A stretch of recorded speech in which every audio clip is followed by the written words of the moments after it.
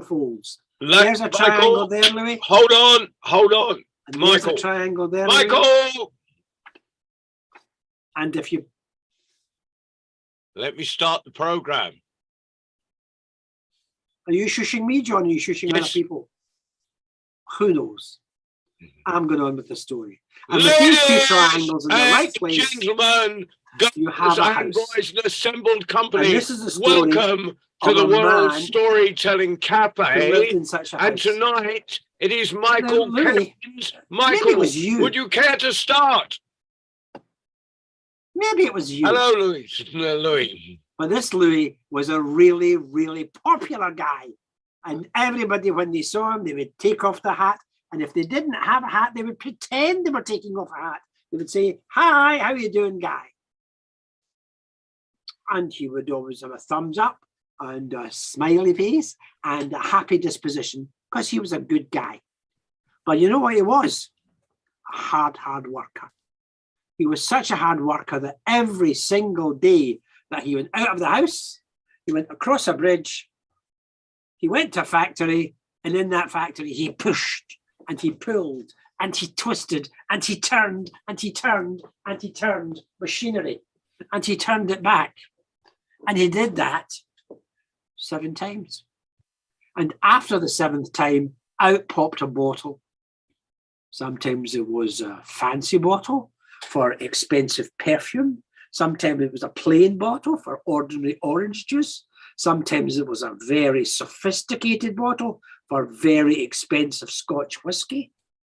But that was what he did. He pushed and he pulled and he twisted and he repeated and he repeated and he 7 times repeated, and then he waited and out came the bottle. And then he inspected the bottle like this. And if there was anything wrong with that bottle, he put it to the side and it was smashed and melted and made again. Johnny, you want to interrupt me and tell this program? I'm an old pro. On you go. John Rowe!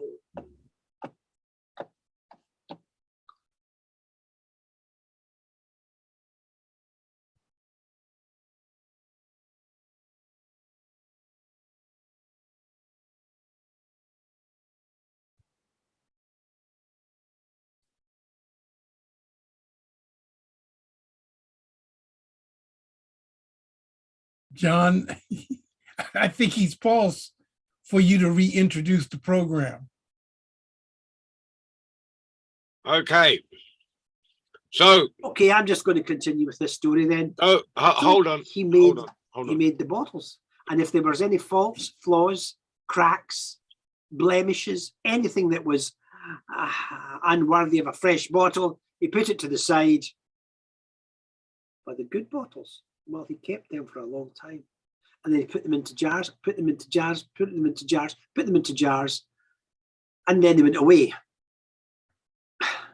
And he did that day after day after day after day after day after day. Rest. The next week, day after day after day after day after day. Rest. One day he went to the factory and there was a huge sign that said closed. I mean, the sign was like this size, closed. No work, no money. So Louis, what can he do? All he has is his house. That's all he has.